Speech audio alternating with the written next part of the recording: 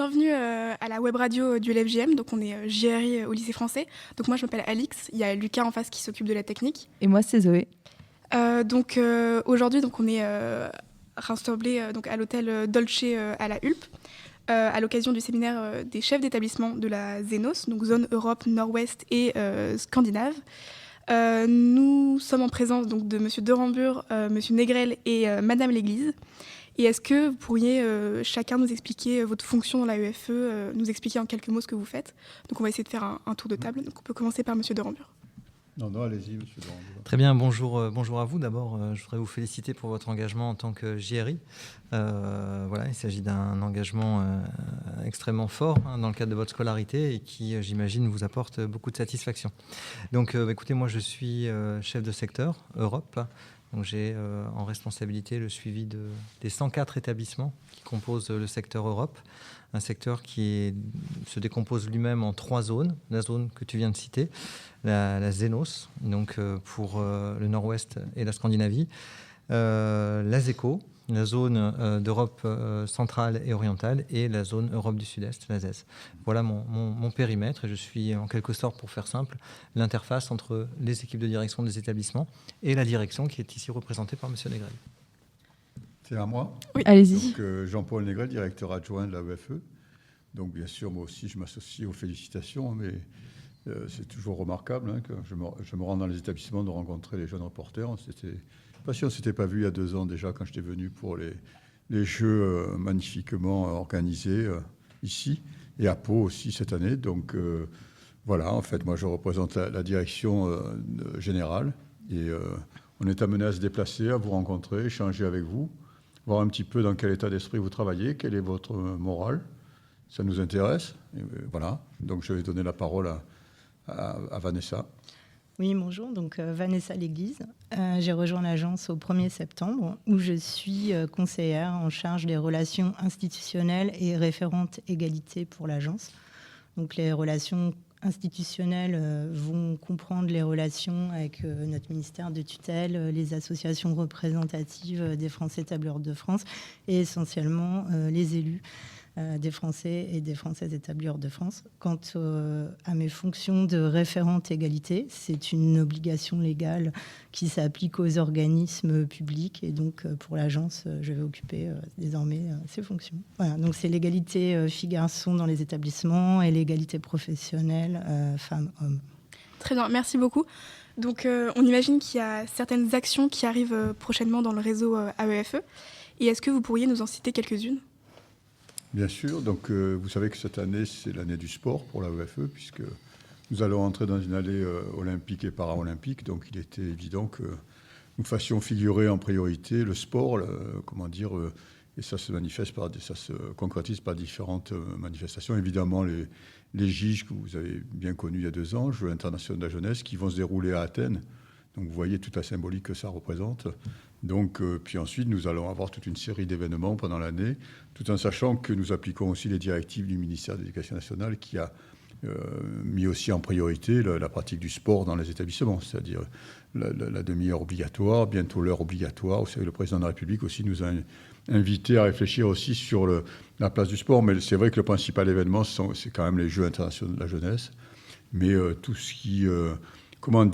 touche le sport va impacter en fait les différentes actions, notamment ambassadeurs en herbe aussi. Vous savez, vous connaissez ce dispositif aussi. Donc c'est vraiment la toile de fond en fait de l'année AEFE 2023-2024. Mais c'est un petit peu synthétique ce que je dis. Ça se manifestera dans les établissements pratiquement tous les jours. Génial. Et du coup, quel est le but de mettre en place tous ces événements? Et quelles sont les valeurs que vous voulez transmettre?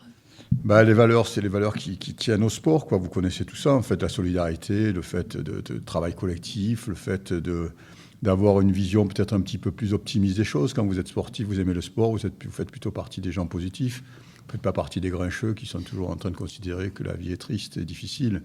Donc le principal que je conseille toujours à mes enfants, puis à vous aussi, c'est d'éviter les grincheux. Donc le sport, c'est tout sauf grincheux. Donc vous voyez, c'est tout sauf les ronchons. Donc c'est un petit peu ça la valeur principale. Soyez confiants en l'avenir, positifs, optimistes, et croyez dans votre vie, croyez dans vos rêves. Voilà, c'est ça le sens du sport. Je ne parle pas forcément de la réussite, de la performance, même si ça fait partie aussi, moi je pense, des valeurs, que de savoir progresser, atteindre des hauts niveaux, à partir du moment où c'est dans la solidarité, le collectif, et dans le respect des uns des autres. C'est ça le plus important. Oui, et puis on peut ajouter que ces actions, elles ont, dans le cadre du sport, vocation aussi à vous faire sentir, vous, élèves du réseau, que vous appartenez à un réseau, à vous donner l'occasion de vous rencontrer, de partager des moments. Et puis surtout, je reviens sur ce sentiment d'appartenance. Vous devez, parfois, vous n'en avez pas conscience parce que vous êtes parfois dans nos établissements depuis la petite section. Mais vous avez une chance incroyable, c'est que vous appartenez à un réseau, je crois, monsieur le directeur général, qui scolarise près de 400 000 élèves dans plus de 500 établissements dans le monde.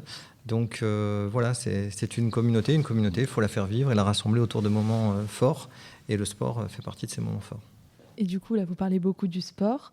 Mais est-ce qu'il y a d'autres événements, par exemple, je pense, événements pour l'égalité homme-femme ou d'autres culturels? Oui, alors donc au-delà de cette année qui va être effectivement axée sur ces événements en lien avec le sport, l'agence continue de mener toutes les actions qu'elle mène les autres années, notamment en matière d'égalité. Donc quelques exemples sur l'égalité filles-garçons. Par exemple, nous avons un partenariat avec une association qui s'appelle Elle Bouge.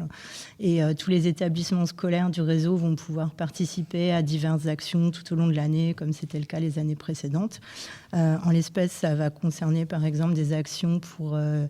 les établissements vont avoir l'occasion, en partenariat avec cette association, de permettre à certains de leurs élèves de visiter, par exemple, des grandes écoles ou bien des chantiers pour voir que les femmes, les filles peuvent aussi être ingénieurs pointus dans tel et tel domaine, puisque malheureusement, on a constaté, alors pas à l'agence d'une façon générale et le gouvernement en particulier qui souhaite voir appliquer cette politique générale d'égalité dans le cadre de tout l'enseignement français, donc y compris et a fortiori à l'étranger, quelques inégalités dans les orientations. Donc c'est des partenariats qui vont permettre aux jeunes filles qui vont devenir femmes de pouvoir s'investir dans des filières et dans des emplois dans lesquels parfois on ne les attendait pas pour que toutes et tous puissent exercer différentes professions. On a également un concours d'affiches dans les lycées, un concours d'affiches égalité. Donc tous les établissements auront l'information là courant octobre pour que vous puissiez, je l'espère,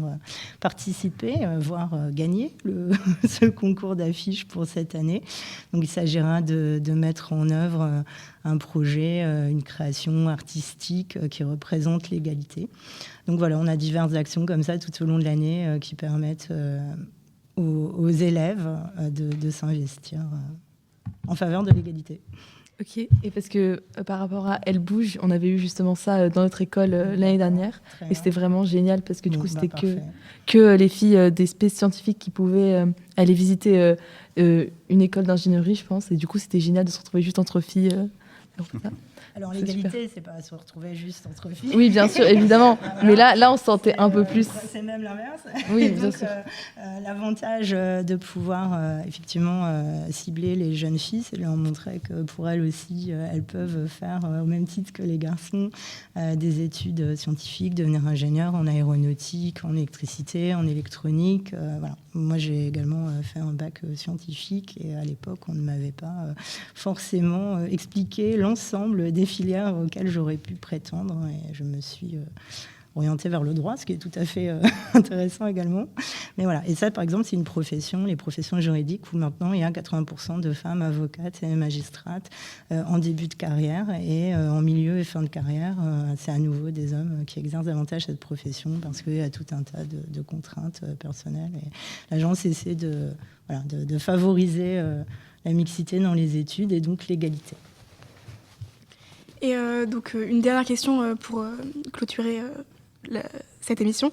Donc, en quoi le sport peut favoriser l'émancipation des femmes et de l'égalité homme-femme Alors, je ne sais pas si vous voulez que je réponde. Oui, je trouve que le sport, justement, véhicule tout un tas de valeurs éthiques et humanistes. Et donc, je pense que l'égalité dans le sport est quand même quelque chose qui doit qui doit lui permettre effectivement qui doit être une valeur qui doit être aussi véhiculée par le sport. Et on voit, nous avons aujourd'hui des grandes championnes olympiques ou médaillées qui sont présentes et dont on parle davantage. Après, donc c'est pas mon domaine puisque je travaille pour l'enseignement français à l'étranger, mais le sport aussi est en train le milieu sportif est en train un peu de se questionner pour favoriser effectivement la lutte contre des agissements sexistes en particulier. Donc je trouve ça très bien, tout le monde est en train d'œuvrer en faveur des droits des femmes et des jeunes filles, que ce soit dans le sport ou l'éducation, voilà, pour qu'on puisse véhiculer ces valeurs un peu universelles qui devraient aller de soi selon les pays où l'on réside ou les établissements où l'on enseigne en fait. Eh bien, merci beaucoup d'avoir participé à notre émission. Est-ce que vous avez quelque chose à ajouter par hasard Non ? Merci à vous encore. Merci pour votre implication. Non, félicitations. C'est vrai que le sujet est intéressant, le sport, l'égalité, toutes ces questions-là. C'est un tout. Je parlais tout à l'heure d'avoir une vision optimiste, ne pas faire partie des grincheux. Je pense qu'il faut aussi avoir une exigence intellectuelle, c'est-à-dire le sport, ça a du sens si par ailleurs on s'intéresse aussi à la lecture, à la culture, à l'art. Je crois que c'est ce qui caractérise aussi nos élèves. Je ne dis pas que c'est uniquement nos élèves, mais c'est souvent nos élèves. Donc voilà, c'est un tout, c'est une philosophie de vie. Vous voyez, donc, et puis si on peut y ajouter une touche peut-être, qui porterait à nous inciter à faire évoluer aussi l'approche du sport. Je pense que les femmes peuvent avoir un impact positif sur certaines pratiques, justement dans le sport, et peut-être corriger parfois certaines dérives qui aujourd'hui sont malheureusement constatées dans certains stades ou autres. Donc, vous voyez, il faut aussi toujours avoir ça à l'esprit, la valeur du respect de l'autre. Et une véritable école inclusive, comme on souhaite l'installer, c'est aussi d'adapter l'école à l'élève et non pas l'inverse. Donc, vous voyez, c'est ça aussi, bien avoir ça à l'esprit. Donc, de ne pas être dans une logique statique, mais plutôt évolutive et positive. Mais pour ça, il faut, je vous dis, éviter les grincheux et toujours suivre les optimistes à tout crin. D'accord ? Merci à vous. Merci beaucoup. Merci à vous. Bravo. Continuez.